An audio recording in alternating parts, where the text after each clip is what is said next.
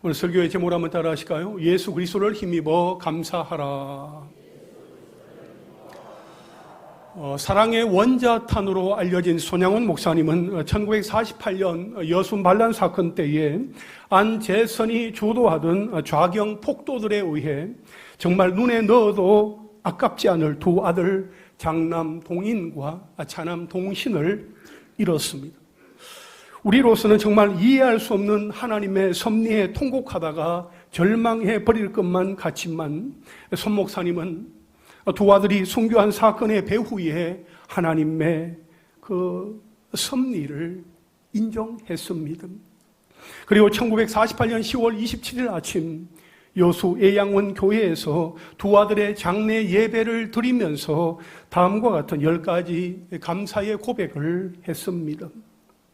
첫째, 나 같은 죄인의 혈통에서 순교의 자식들을 나오게 하셨으니 하나님 감사합니다. 둘째, 허다한 많은 성도 중에 어찌 이런 보배들을 주께서 하필 내게 맡겨주셨는지 그 점 또한 주님 감사합니다. 셋째, 삼남 삼녀 중에서도 가장 아름다운 두 아들 장자와 차자를 바치게 된 나의 축복을 하나님 감사합니다. 넷째, 한 아들의 순교도 귀하다 하거늘 두 아들의 순교일이요 하나님 감사합니다. 다섯째, 예수 믿다가 누워 죽는 것도 큰 복이라 하거늘 하물며 전도하다 총살 순교 당함일이요 하나님 감사합니다. 여섯째, 미국 유학 가려고 준비하던 내 아들 미국보다 더 좋은 천국 갔으니 내 마음이 안심되어 하나님 감사합니다. 일곱째, 나의 사랑하는 두 아들을 총살한 원수를 회개시켜 내 아들로 삼고자 하는 사랑의 마음을 주신 하나님 감사합니다. 여덟째, 내 두 아들의 순교로 말미암아 무수한 천국의 아들들이 생길 것이 믿어지니 우리 하나님 감사합니다. 아홉째, 이 같은 역경 중에서도 이상 8가지 진리와 하나님 사랑을 찾는 기쁜 마음, 여유 있는 믿음 주신 우리 주 예수 그리스도께 감사합니다. 열째, 이렇듯 과분한 축복 누리게 되는 것을 감사합니다. 이와 같이 손양원 목사님의 10가지 절대 감사의 신앙 고백 앞에서 장례식에 참석한 모든 교인들이 눈물 바다를 이루었다고 합니다. 여러분, 오늘을 살아가는 우리가 이렇게 극단적인 비극 앞에서 하나님께 감사의 고백을 드리는 경우는 극히 드물 것입니다. 그러나 손양원 목사님이 믿었던 하나님은 오늘 우리가 믿는 동일하신 하나님입니다. 그 동일하신 하나님이 오늘도 우리의 삶 속에 살아 계시면서 우리의 입술의 고백에 주목하시며 우리가 드리는 감사의 고백을 듣고 받으십니다. 그러므로 우리의 일상에서 감사를 회복하고 감사의 고백 또한 넘치시기를 간절히 바랍니다. 오늘은 맥주감사 주일입니다. 성경에 보면 하나님께 드리는 감사절에는 2가지가 있습니다. 하나는 맥주감사절이고 또 하나는 추수감사절입니다. 맥주감사절은 첫 열매를 거두고 그 첫 열매를 감사 예물로 드리는 절기입니다. 그리고 추수감사절은 1년 농사를 마치고 추수한 후에 하나님께 감사드리는 절기입니다. 출애굽기 23장 16절 말씀에 맥추절을 지키라. 이는 내가 수고하여 밭에 뿌린 것의 첫 열매를 거둠이니라 말씀하고 있습니다. 이 말씀은 하나님께서 이스라엘 백성들에게 십계명을 주신 이후에 그들이 구원받은 하나님의 백성으로서 지켜야 할 구체적인 생활 율법에 대하여서 가르쳐 주신 그 말씀 가운데 하나입니다. 이 맥추절은 오순절, 칠칠절, 초수일절 등으로도 불리는데 원칙적으로는 밀수학의 첫 열매를 하나님께 드리는 축제일을 말하는 것입니다. 여러분, 맥추절은 첫 열매를 하나님께 드리는 절기였습니다. 모든 처음 난 열매, 새로 수확한 것, 사람들이 먹거나 서지 않은 처음 것을 하나님께 구별하여 드리는 절기였습니다. 또한 맥추절은 곡물 수확에 대한 것뿐만 아니라 지금까지 지켜주시고 보호하여 주신 것에 대하여 하나님께 구별하여 드리는 감사 절기였습니다. 그리고 이날은 모든 일을 멈추고 모든 백성이 하나님 앞에 드리는 제물과 함께 자기 자신을 하나님 앞에 드리는 헌신의 날이었습니다. 우리 중에 어떤 분들은 이 맥추감사라는 이 말을 처음 들어보는 분도 있을 것입니다. 또 어떤 분들은 우리 중에 보리농사나 밀농사를 하고 있는 사람들이 거의 없는데 맥추감사절을 지키는 것이 이 시대와 안 맞다라고 생각하는 분도 있을 것입니다. 그런데 여러분, 우리가 이렇게 맥추감사주의를 지키는 데에는 분명한 이유가 있습니다. 어떤 교회에서는 맥추감사절의 비중은 작고 추수감사절의 비중은 크고 중요하기 때문에 맥추감사절은 지키지 않고 그냥 넘어가려고도 합니다. 하지만 사실은 그렇지 않습니다. 성경에서 맥추절을 지키라 말씀하신 하나님의 뜻을 정확하게 이해하지 못했기 때문에 오늘날 맥추감사절에 대한 비중을 약화시키는 그러한 경향들이 있는데 실제로는 맥추감사절이 추수감사절보다 훨씬 더 깊은 은혜가 있고 중요한 절기다 하는 것입니다. 다시 말하면 맥추감사절이 없이는 추수감사절도 없습니다. 하나님께서 말씀하신 맥추감사절을 정확히 지키게 되면 추수감사절도 풍성하게 누리게 되는 것입니다. 잠언 3장 9절과 10절 말씀에 보면 네 재물과 네 소산물에 처음 익은 열매로 여호와를 공경하라. 그리하면 내 창고가 가득히 차고 내 포도주 틀에 새 포도즙이 넘치리라 말씀을 하고 있습니다. 여러분, 여기에서 9절 말씀은 맥추감사절을 말하는 것이고 10절 말씀은 추수감사절을 의미하는 것입니다. 이처럼 맥추감사절과 추수감사절은 서로 밀접하게 연결되어 있습니다. 그래서 우리는 이렇게 맥추감사절을 맥추감사주일로 지키는 것입니다. 여러분, 하나님은 첫 열매를 거두면 처음 익은 열매를 드리는 맥추절을 지키라 말씀을 하셨습니다. 여러분, 맥추감사는 하나님께서 나에게 이 첫 열매를 주셨다 하는 분명한 믿음이 있어야 하고 이 모든 것이 하나님께로부터 왔다 하는 분명한 감사가 있어야만 할 수 있습니다. 그래서 첫 열매를 드리는 맥추감사절은 하나님에 대한 분명한 믿음과 감사가 없이는 지킬 수 없는 절기다 하는 것입니다. 그러면 하나님은 왜 첫 열매를 드리라고 하신 것입니까? 사실 첫 열매를 하나님께 드려야 되겠다는 생각을 하기가 쉽지 않은데 말입니다.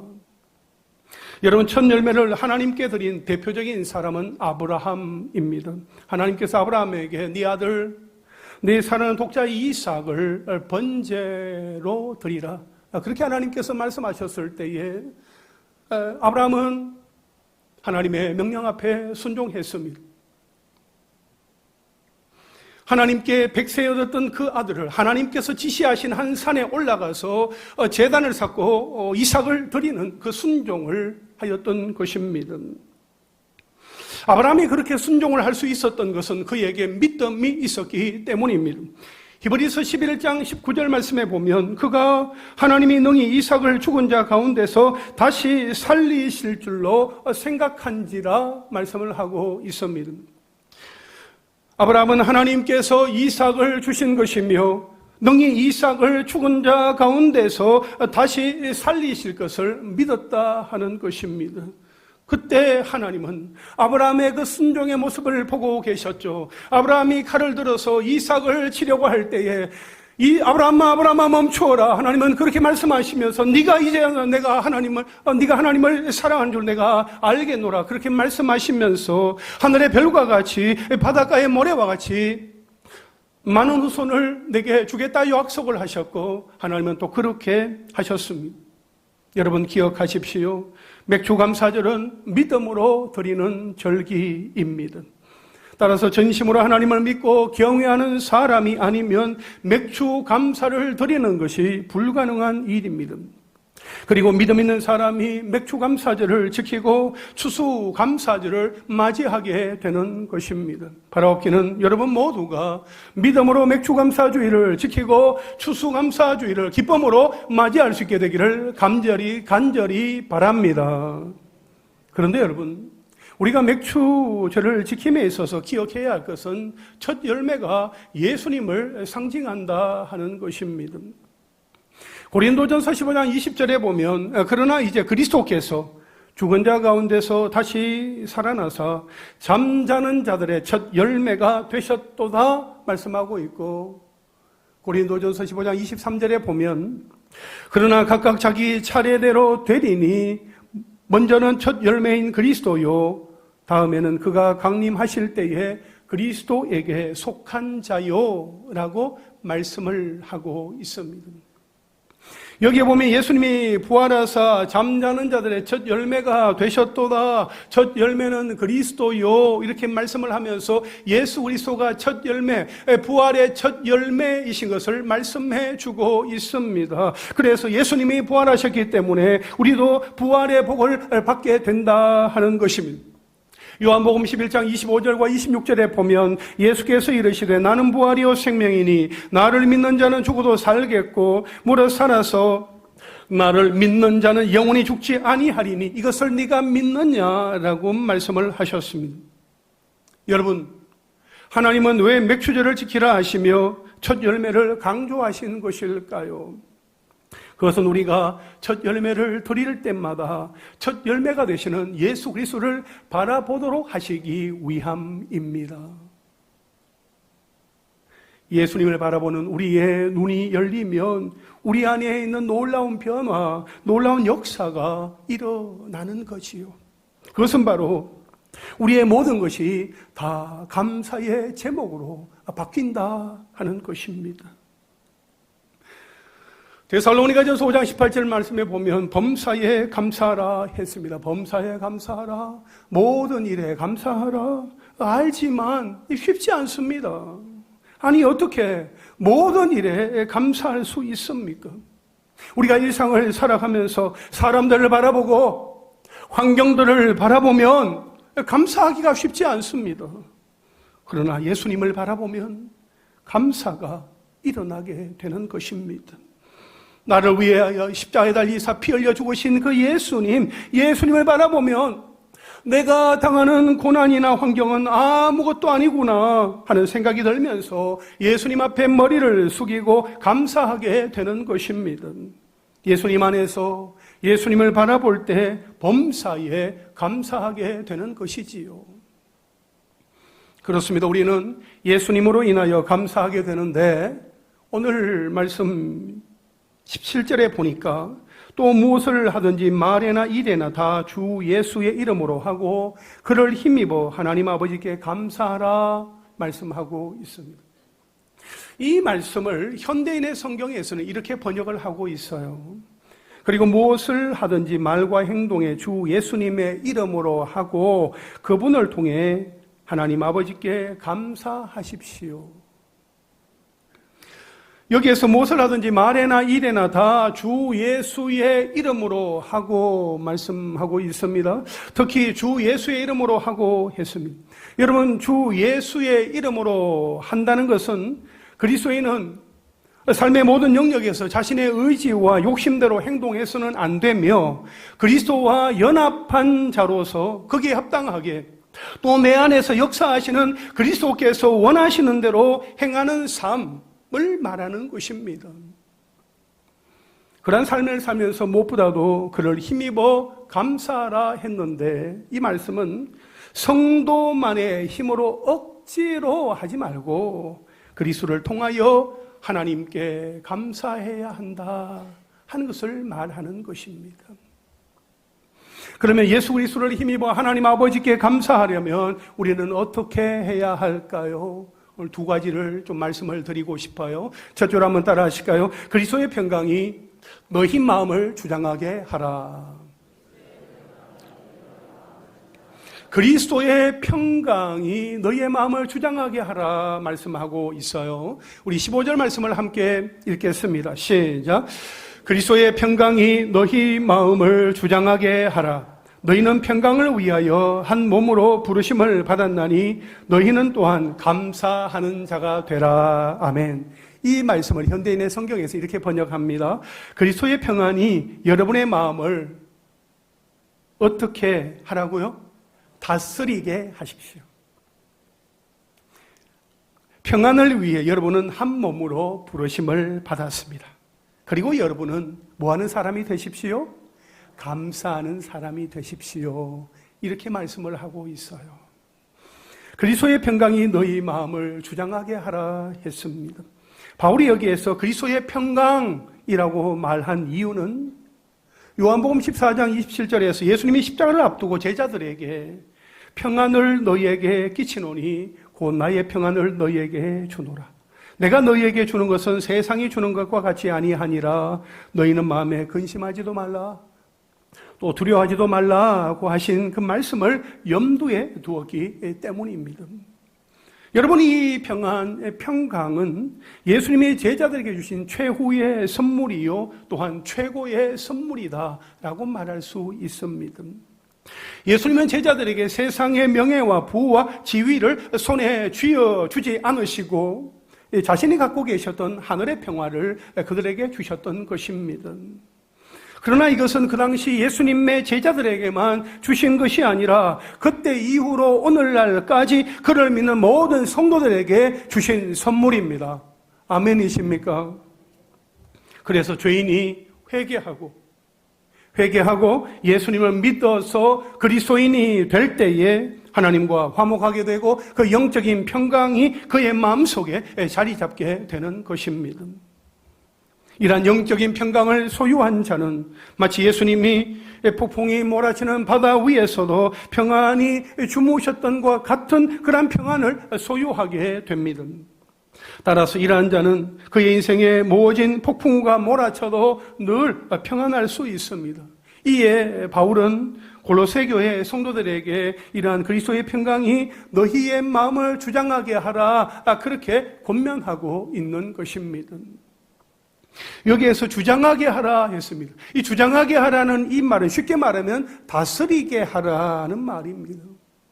마치 심판이 정확한 룰에 따라서 모든 경기의 결정적인 순간에 정확한 판단을 내리면서 다스리듯이 성도는 모든 결정의 순간에 그리스도의 평강을 따라 다스리며 판단을 내려야 한다 하는 것을 뜻합니다.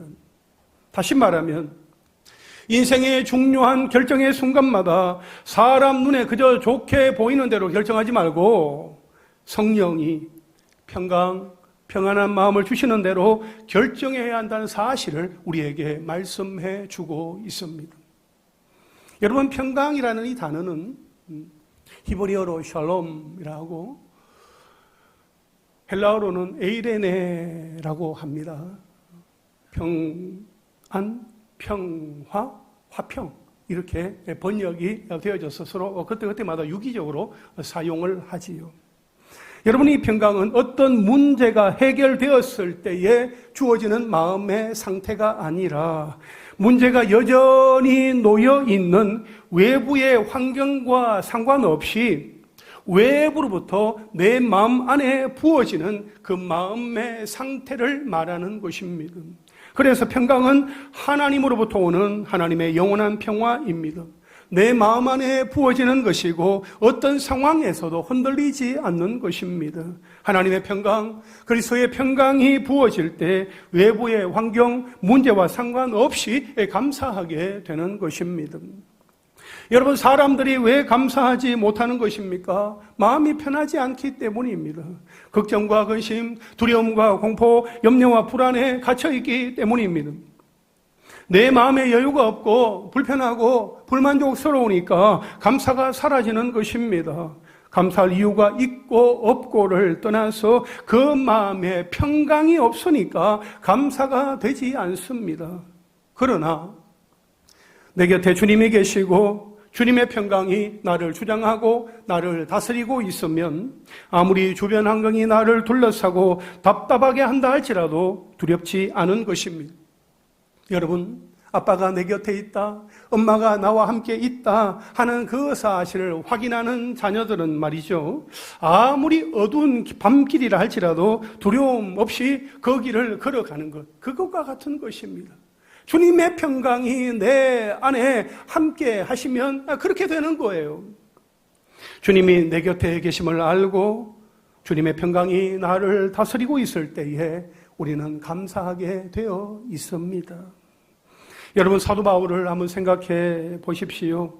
사도 바울이 골로새 교회 성도들에게 이 골로새서를 기록했던 그 장소는 경관이 아주 좋은 곳에 지어진 별장이나 어리어리한 규모의 저택이 아니었습니다. 냄새나고 지저분하며 어쩌면 햇볕도 제대로 들어오지 않는 차디찬 감옥이었습니다. 그렇게 바울은 감옥에 갇힌 그 죄수의 신분으로 골로새 교회 성도들에게 권면하며 편지하고 있는 것입니다. 바울이 그렇게 감사하며 편지를 쓸 수 있었던 것은 그리스도의 평강이 그의 마음을 주장하고 있었기 때문입니다. 여러분, 지금 여러분의 마음을 주장하고 있는 것은 무엇입니까? 지금 여러분의 마음을 다스리고 있는 것은 무엇입니까? 지금 여러분의 마음을 잡아주고 있는 것은 무엇입니까? 그리스도의 평강입니까? 아니면 세상이 주는 명예나 재물, 사람의 인정이나 칭찬입니까? 여러분, 우리의 마음이 세상 앞에 휘둘리면 안 됩니다. 세상에 끌려가서도 안 됩니다. 예수님이 나를 위하여 십자가에 달리사 피 흘려 죽으시고 예수님의 그분의 영이신 성령께서 지금 내 안에서 나의 마음을 주장하고 계신다, 다스리고 계신다 하는 그 사실을 믿습니까? 아멘이십니까? 그렇다면 그 모든 상황 속에서 그리스도의 평강을 경험하실 수 있는 것입니다. 여러분, 그리스도의 평강, 그리스도의 평안은 예수님께로부터 오는 것입니다. 예수님이 주시는 평안이기에 예수님 안에 거하면 우리의 마음이 평안을 누리게 되는 것입니다. 뿐만 아니라 내 마음이 평안해지면 내 주변의 일들도 다 감사로 바뀌어지게 되는 것입니다. 그러므로 그리스도의 평강이 내 마음을 주장하심으로 더욱 감사하는 삶을 살아가는 우리 모두가 될 수 있기를 주님의 이름으로 축원합니다. 둘째로 한번 따라 하실까요? 그리스도의 말씀이 너희 속에 풍성히 거하게 하라. 그리스도의 말씀이 무엇이? 그리스도의 말씀이 우리 속에 풍성히 거하게 해야 한다는 것을 말씀을 하고 있습니다. 우리 16절 말씀 함께 읽겠습니다. 시작. 그리스도의 말씀이 너희 속에 풍성히 거하여 모든 지혜로 피차 가르치며 권면하고 시와 찬송과 신령한 노래를 부르며 감사하는 마음으로 하나님을 찬양하고. 아멘.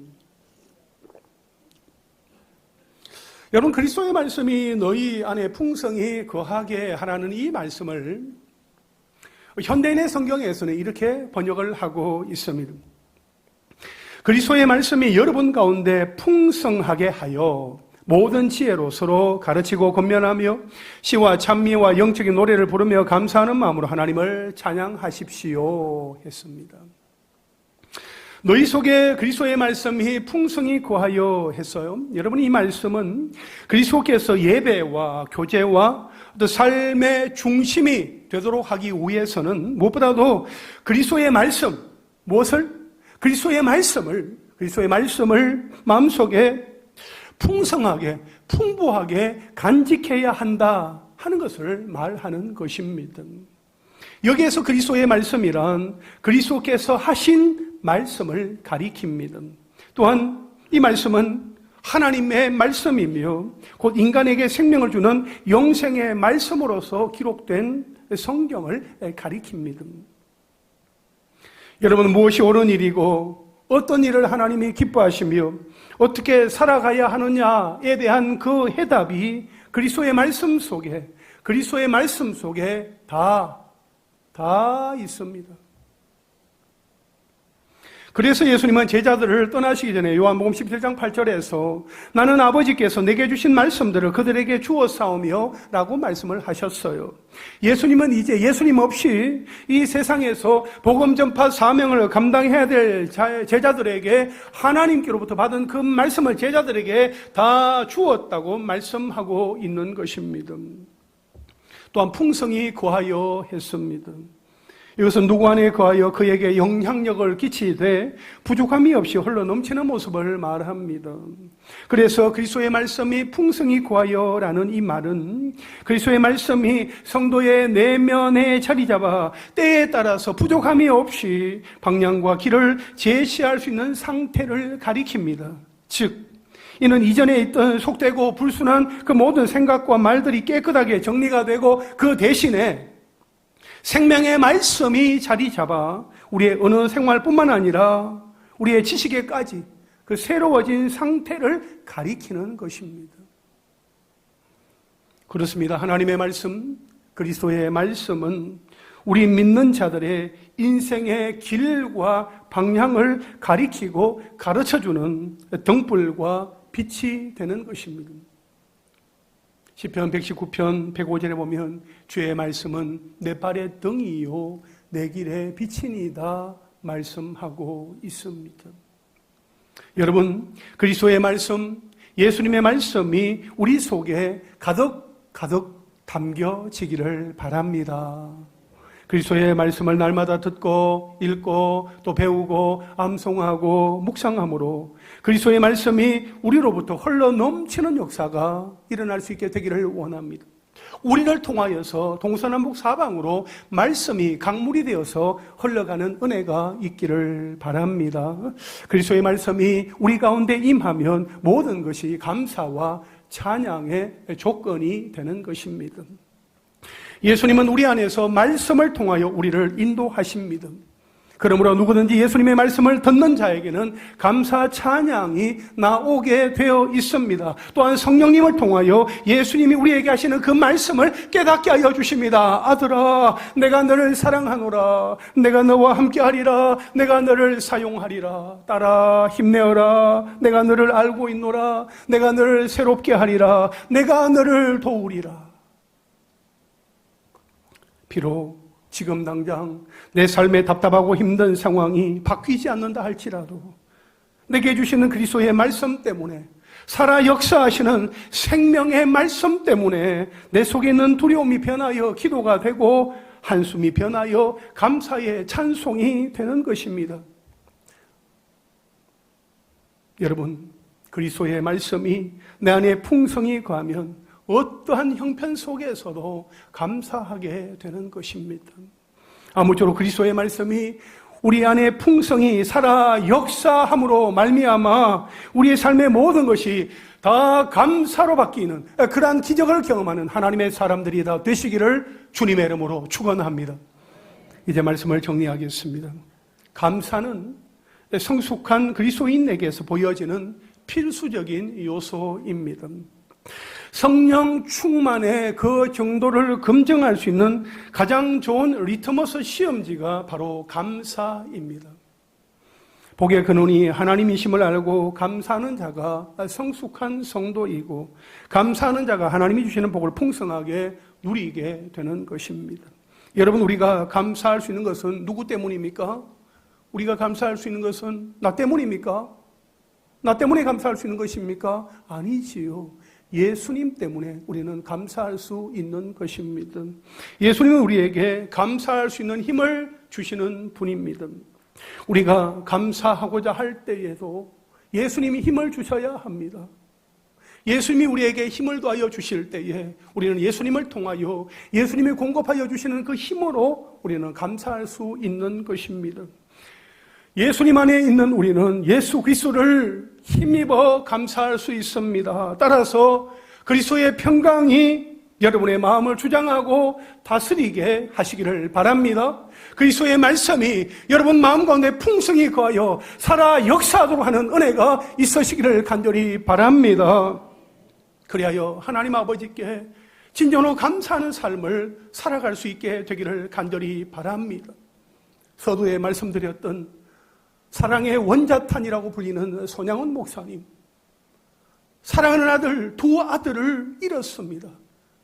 사랑하는 두 아들을 잃고 그 아들을 죽였던 살인자 안재선을 양아들로 삼았어요. 그렇게 아들을 죽인 그 살인자를 양아들로 삼을 수 있는 그런 마음을 주신 하나님 감사합니다 하는 그 감사의 고백은 하나님께서, 예수 그리스도께서 우리 손 목사님에게 그 마음을 부어 주셨기 때문에 예수 그리스도를 힘입어서 그렇게 하나님께 감사하게 된 줄로 믿습니다. 우리 가운데 손양호 목사님과 같은 그런 어려움을 당한 자들을 찾기는 쉽지 않습니다. 여러분, 우리의 힘으로, 우리의 생각으로, 우리의 경험으로, 우리의 방식으로 감사하기란 쉽지 않습니다.